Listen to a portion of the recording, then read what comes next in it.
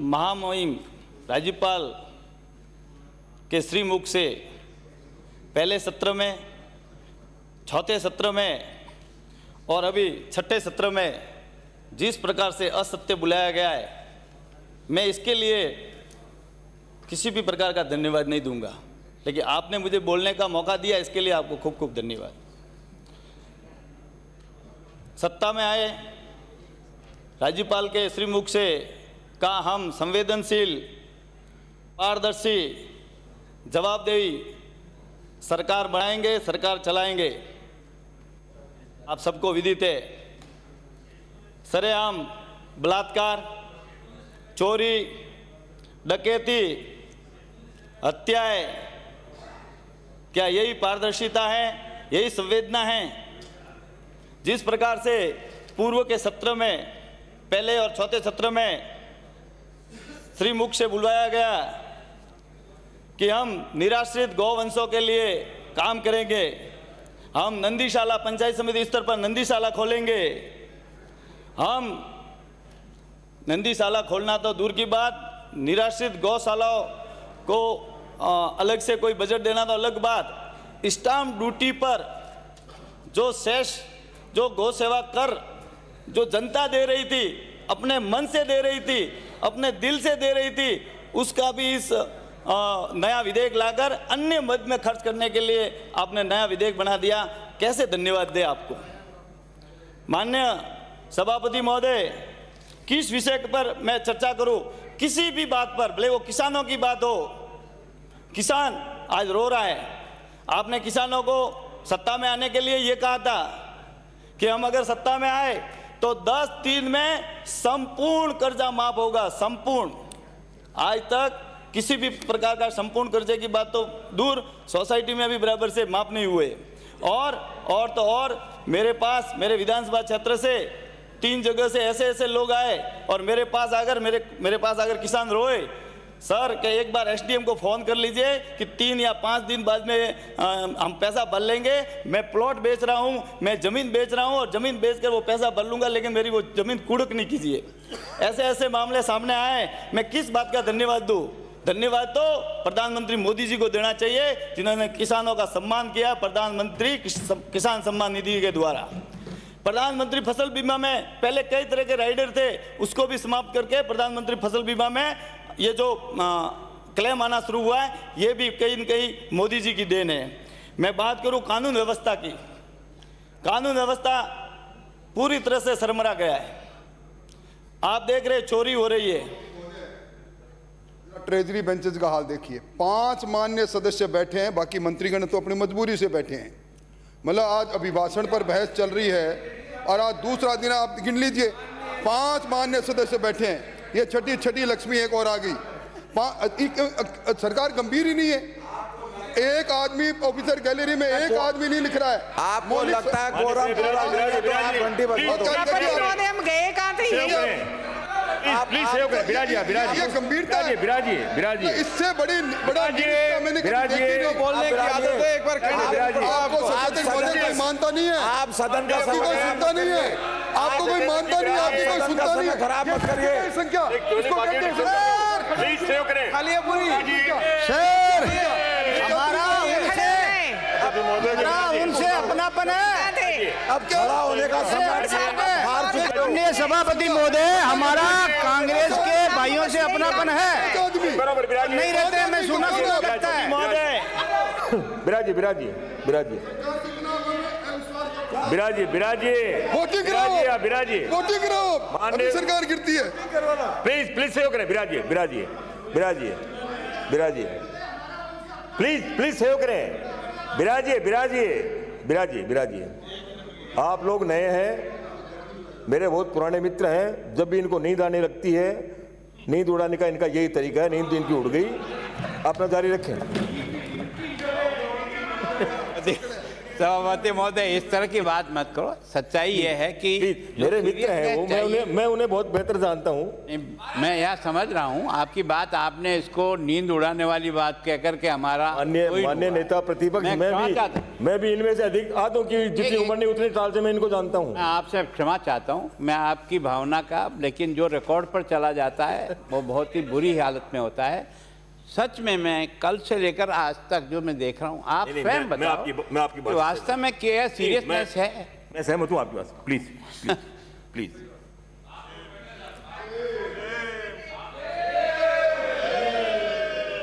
उनको बोलने दें, बाकी जो मान्य सदस्य वो भी बोल लेंगे, टाइम है नहीं, 7 बजे का टाइम दिया हुआ है, बोलने दें उन्हें। कानून व्यवस्था की चर्चा कर रहे थे। प्लीज मेरे विधानसभा क्षेत्र में कई मंदिरों में चोरियां हुई है, और एक बार नहीं, उसी मंदिर में 2-2 बार चोरियां हुई है, लेकिन आज तक किसी भी प्रकार की कोई चोरी का पर्दाफाश नहीं हुआ। मेरे विधानसभा क्षेत्र और में टिकम सिंह राजपुरोहित की सरेआम हत्या होती है, आज तक उसका कोई पता नहीं है। क्यों? और तो और सुमेरपुर विधानसभा क्षेत्र के नेत्रा गांव में मनोहर राजपुरोहित 3 बहनों का इकलौता भाई, एकमात्र पुत्र 4 साल से उस लापता है, उसका अपहरण हुआ है, लेकिन आज तक माननीय 21 से 25 विधायकों ने माननीय मुख्यमंत्री जी को लेटर लिखकर कहा है कि इसकी सीबीआई जांच हो, लेकिन इसका अभी तक सीबीआई जांच की बात तो दूर, इसका जवाब भी ठीक से तरीके से नहीं आता। मनोहर राजपुरोहित का आज तक अपहरण का, जो पढ़ने गया था फालना गांव में, उसका अपहरण हुआ है, उसका आज दिन तक पता नहीं चला। ये मैं माननीय सभापति महोदय आपके द्वारा सरकार को ये सूचना देना चाहता हूं कि इसकी जानकारी कहाँ है। वो मनोहर राजपुरोहित क्या अपहरण हुआ है या मार दिया है? मार दिया तो किसने मारा है, इसकी जानकारी आज दिन तक इस कानून व्यवस्था की सरमराई हुई व्यवस्था के अंदर पता ही नहीं चल रहा है। पेयजल की व्यवस्था की बात करें, पेयजल में नर्मदा ER क्लस्टर योजना जालोर जिले के लिए बनी हुई है, लेकिन कम से कम 200 गांवों के लिए व्यवस्था है। मेरे विधानसभा क्षेत्र में, जहां अभी राज्यपाल जी के अभिभाषण में कहा है कि हम फ्लोराइड मुक्त पानी देंगे, मेरे विधानसभा क्षेत्र में महिलावास, मेड़ा, बालावास, मेड़ा निचला, बेटाला, वहां जाकर एक बार सर्वे करवा लीजिए। वहां के युवा कुबड़पन के ग्रसित बिस्तर पर सोए हुए मिलेंगे, हर घर से कोई न कोई सोया हुआ मिलेगा। मैं आपको ये जानकारी देना चाहता हूं कि ER क्लस्टर, नर्मदा की ER क्लस्टर जो महत्वाकांक्षी योजना है, करीब 200 गांवों के लिए बहुत ही अच्छी और बड़ी योजना है नर्मदा की।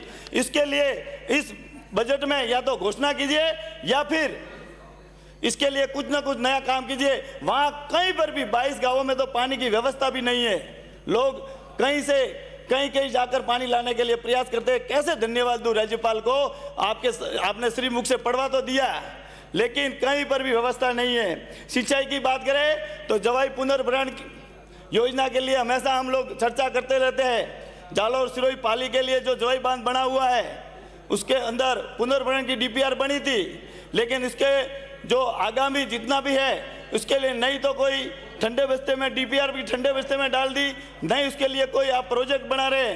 और तो और मुख्यमंत्री जी ने इसके लिए 100 करोड़ की सही बांध से एक घोषणा की थी कि 100 करोड़ के लिए वो मुख्य कैनाल से चौड़ाईकरण के लिए जो जवाई बंद के लिए आती है, उसका पहले वर्ष में 20 करोड़ रुपए देंगे। आज तक उसका भी कोई पता नहीं। 20 करोड़ रुपए की घोषणा हुई थी, 100 करोड़ की घोषणा हुई थी, 20 करोड़ का काम आज भी शुरू नहीं हुआ। क्या बात करें सिंचाई के साथ साथ में, अगर सड़क की बात करें, मेरे विधानसभा क्षेत्र में 3 साल पहले 2 पुलिये अत्यधिक बारिश से ढह गए थे। छोटे छोटे पुलिये हैं, काम भी स्वीकृत हो गया था, टेंडर भी लग गए थे, लेकिन आज दिन तक उस पर कोई काम नहीं हुआ है। उसमें कोई राइडर लगाकर रोक दिया है। वो है कवराड़ा पुलिया और आयरपुरा पुलिया, इन दोनों पुलियों को तुरंत शुरू करवाए। इसी प्रकार से ROB की भी घोषणा की थी मुख्यमंत्री जी ने बजट भाषण में, लेकिन उसमें भी कोई काम नहीं हुआ। एक हमारा बागरा से धवला लेटा रोड, वो भी मुख्यमंत्री जी ने बजट घोषणा में कहा था, लेकिन अभी तक उस पर भी कुछ काम नहीं हुआ। कैसे धन्यवाद दे माननीय सभापति महोदय। कई तरह की समस्या है। शिक्षा की बात करें तो 5 लाख आबादी का विधानसभा क्षेत्र, 5 लाख आबादी का, और मात्र एक राजकीय महाविद्यालय है, राजकीय एक मात्र, और वो भी स्वीकृत विद्यालय जो बना हुआ आज दिन तक उसका ये पिलर बने हुए काम नहीं चल रहा है, 2 साल से काम बंद है। माननीय सभापति महोदय, उस राजकीय महाविद्यालय का काम तुरंत शुरू करवा कर काम पूरा करवाए, तब तो लगेगा कि आप संवेदनशील है, पारदर्शी है। नहीं तो यही लगेगा कि सिर्फ और सिर्फ भाषणों में बात करते हैं, भाषणों में बात न करके विकास की बात करें। मैं माननीय सभापति महोदय बेरोजगार युवाओं की बात करूंगा। आपके पीसीसी चीफ आज शिक्षा मंत्री है, विपक्ष में बैठे थे तब बड़ी बड़ी बातें कहते थे कि हम पंचायत सहायक को परमानेंट कर लेंगे, विद्यार्थी मित्रों को परमानेंट करेंगे। आज वो 200 की मजदूरी में, नरेगा के मेट की मजदूरी तो 250-225 है, लेकिन पंचायत सहायकों की मजदूरी 200 रुपये में काम करते हैं। उनके लिए नहीं तो आप ज़्यादा वेतन की बात करते हैं, नहीं उनको परमानेंट करने की बात करते हैं। कैसे धन्यवाद दे सभापति महोदय। हम आपसे निवेदन करना चाहते हैं, अगर पारदर्शी सरकार की आप कल्पना करते हैं तो आप सभी विषयों पर जो विषय इस व्यवस्था में लगते हैं, जो काम करने वो करने चाहिए। कोरोना की महामारी में जिस प्रकार से आपने सबने चर्चा की कि हमें मोदी जी ने धन्यवाद दिया, बिल्कुल सही बात है। मोदी जी ने इसलिए धन्यवाद दिया कि आप इसमें भी राजनीति करने लग गए थे। आपको पता था, लॉकडाउन के विरोध में बोलने लग गए थे। मोदी जी ने जब आपकी प्रशंसा की तो वो आप भिलवाड़ा मॉडल करके साल भर से एक ही बात कर रहे हो। माननीय सभी सदस्यों से मैं निवेदन करूंगा कि आपने काम किए, अच्छे काम किए हैं तो आप भी प्रशंसा के पात्र हैं, लेकिन जो काम नहीं हो रहे उस पर भी बोलिए। जिस प्रकार से बैरोड से आने वाले मेरे साथी सदस्य ने कहा था कि अगर इस्तीफा दे दूं, बात उसकी उनकी नहीं है, आपके अंदर भी दर्द छिपा हुआ है। सभी कांग्रेस के विधायक के दिल में दर्द छुपा हुआ है कि काम नहीं हो रहा है, इसलिए बोल नहीं सकते क्योंकि सत्ता पक्ष में, और हम आज आपको हकीकत से बयान करवा रहे हैं। इसलिए निवेदन है कि जो समस्या है उसका निपटारा करें तो ही आपको धन्यवाद है। इसी बात के साथ मैं अपना वाणी समाप्त करता हूँ। जय हिंद। श्री हाकम अली।